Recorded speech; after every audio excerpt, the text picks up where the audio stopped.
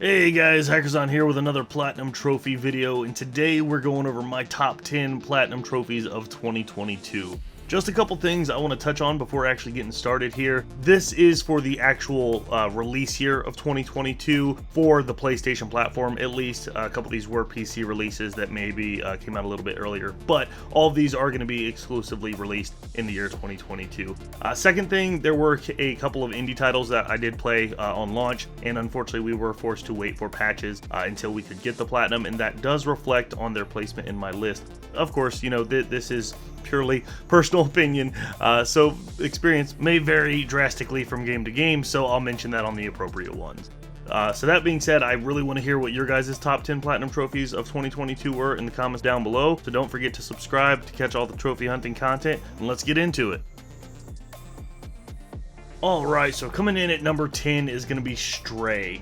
Roughly going to clock you about 6 to 8 hours with 2 playthroughs, one being for collectibles, one being for speedruns. Can be done quicker if you really know what you're doing. But overall, I mean, Stray really kind of broke the internet and the gaming industry. Super adorable, playing as a cat in a dystopian robot world. And that was awesome. It was fun. It was very cute. But in terms of content and actually getting a Platinum Trophy, there's really not a whole lot. It was a really awesome idea. And again, I know people loved it. It was even contender for Game of the Year. But for actual playthrough and getting the Platinum, fun, but definitely not like a top 3 kind of thing for me. Definitely worth checking out though, especially since it was free for the upper tiers of Plus. And again, a really cute and charming game. Number 9, we're going to be looking at Cult of the Lamb. Half adorable satanic roguelike action, half civilization simulation, build your own cult kind of thing. You're looking at roughly about 15 to 20 hours. Traditionally, it can be done in one playthrough. This is one of the titles I mentioned earlier that I had to wait for patches for. So unfortunately, it did take 2 for me, and that's kind of what dropped it lower on the list. I actually really loved this game. I love the art style, I love the edgy satanic stuff, yet it was adorable at the same time. But plenty of mechanics. Building your own base is really cool, getting to sacrifice your worshippers is really cool. Overall, just a really well done game. The combat is tight and action-packed, not super in-depth by any means, but definitely a very fun 15 to 20 hour Platinum adventure. Definitely would have landed higher up on my list if not for the patches and having to work with the devs to eventually get it. But wonderful game, definitely worth checking out.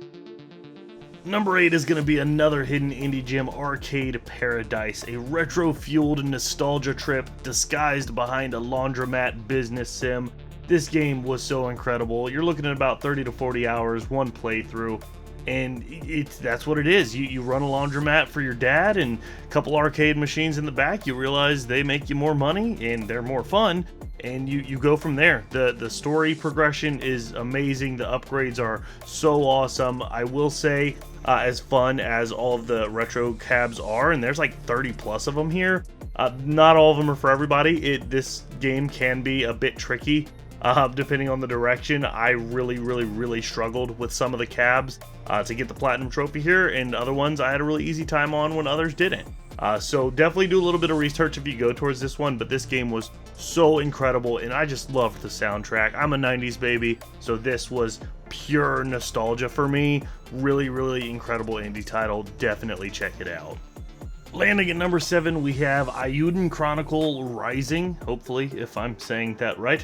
It's actually a prequel to the same game with the subtitle of 100 Heroes, and it's supposed to be the spiritual successor to the Suikoden series. So it's going to clock you about 20 to 30 hours, one playthrough, and then you get to refight the bosses on hard, but you don't need another playthrough for it. Overall, really loved this game. It is a really, and I mean really gorgeous 2.5D Metroidvania, pretty heavy action, but also a lot of JRPG elements as well. A lot of crafting, a lot of leveling, a lot of skills, different party members. But there's a big emphasis on the Metroidvania part through your other party members, which was a nice kind of difference to see in the genre. And again, what really sold me here was the visuals. I mean, this game was so gorgeous, but the gameplay was tight, it was focused, traditional Metroidvania, nothing too crazy, and the bosses were pretty fun as well, and the story is pretty solid also if you like the wonkiness of JRPG stories. Outside of that though, this was a pleasant surprise that I was not expecting or even looking forward to, so definitely check it out if you love Metroidvanias. For number 6, we're looking at Horizon Forbidden West, the sequel to Zero Dawn back from 2017.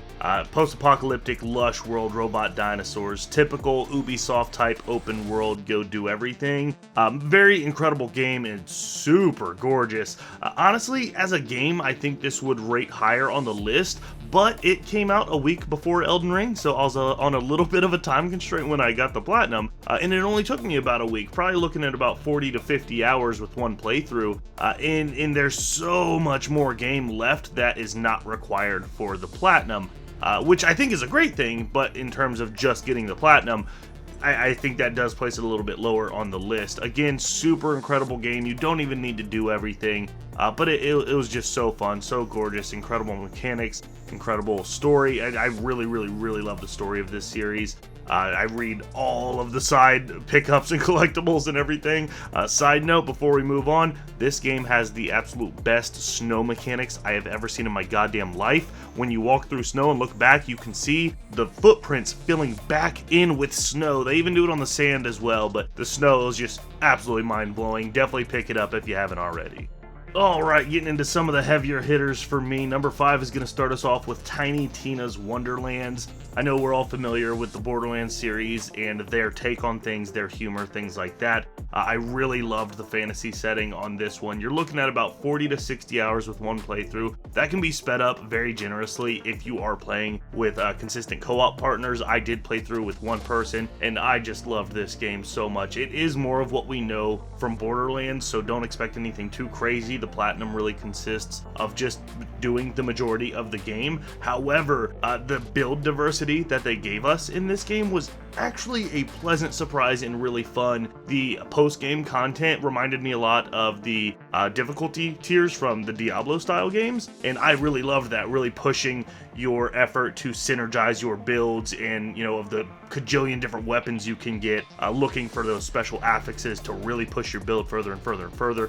I really loved that. I did do all the post-game stuff solo. That is going to be really hard if you don't refine your build, but if you're a person that loves looking into RPG builds like that, especially builds that get super broken and overpowered, then it's definitely for you. It's not going to be a struggle at all. And this game was just so fun. Also, the main male voice is Piccolo, so Christopher Sabat, which was just really cool to hear him talking in like an English accent, especially if you lower the voice a little bit, then it's more directly Piccolo than it would be like Vegeta or something. So just a little bit of fanboy in there for me. Really loved that as a main character voice through the entire 40 to 60 hours. Super fun. Definitely worth getting the platinum for.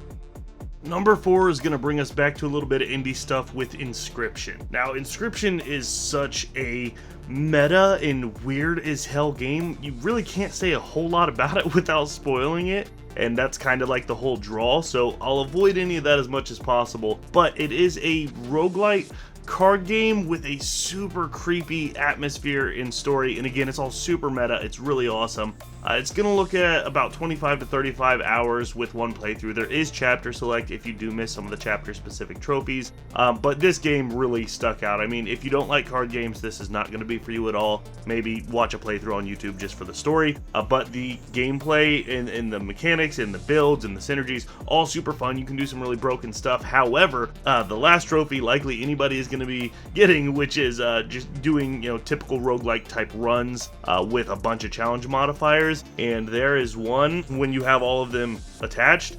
I swear, man, you have to just get so lucky and rely on RNG. It doesn't matter how good you are, or maybe this game is just too big brain for me, which is very plausible because I was throwing my face at this for a while, and it's really just so RNG dependent at the end, but it is so fun and really rewarding if you get it. Hell, I mean, this game is so incredible to play through even if you're not going after the trophy specifically.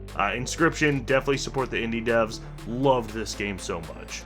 Getting into the top 3 here, and Metal Hellsinger is going to grab my 3rd place for a ton of reasons. but at face value, Metal Hellsinger is a brutal, fast-paced FPS, very Doom-inspired, very visceral, lots of heavy metal, but throw in a rhythm aspect, a little bit of Guitar Hero. You need to do all of your killing and your reloading and your abilities and stuff in rhythm with the music to build up your multiplier and gain your ultimates, all sorts of really awesome stuff like that. Realistically, you're looking at about 5 to 10 hours with one playthrough. Level select if you need it to clean up some trophies, and one trophy that's really a pain in the ass, especially if you're not a rhythm gamer, where you need to clear a whole level doing every single thing on beat. There is a cheese, or there was back in the day, not sure, but there was a lot of question back when I got it on whether or not jumping was included, dashing, reloading, things like that. So it's pretty tricky, but definitely doable. So overall, this is really in my top 3 for the soundtrack. I mean, there are features from Matt Heffy from Trivium, Randy Blythe from Lamb of God, Tatiana from Ginger.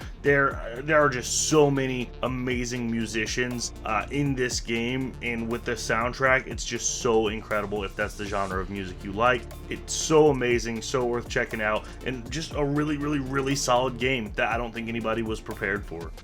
Coming in at number 2, big surprise here I'm sure, God of War Ragnarok. Now, I've said many times on this channel before that some of my favorite platinum trophies are where you literally just do everything that the devs made for us, and that's exactly what God of War is. However, I'm sure we've all experienced this already, it is such an incredible masterpiece to do that in. Realistically, you're looking about 40 to 60 hours based on difficulty.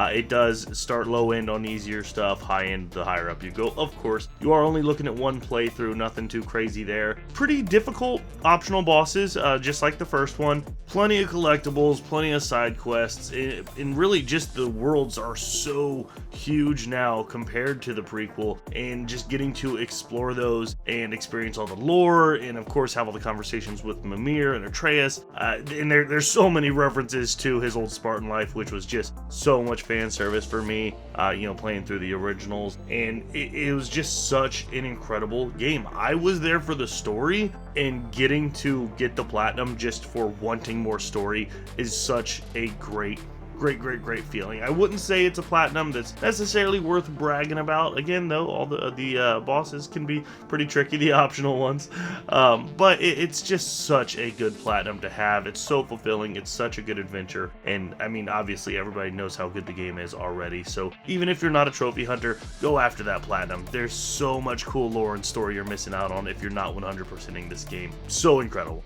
Alright, coming in at number 1, of course, is going to be Elden Ring. Now, I know there was a lot of debate between that and God of War for the Game Awards, but honestly, what it came down to me personally, because they are both masterpieces, of course, but I don't play a whole lot of multiplayer games anymore, and anything that's co-op is really going to get me, especially if I can experience it with a ton of my friends, even if it's over time. I mean, this is going to take you roughly about 60 to 100 hours, depending on how you play. 3 playthroughs if you do the endings in a legit way, but realistically for trophy hunting, you're just going to back up your saves for all 3 endings on one playthrough.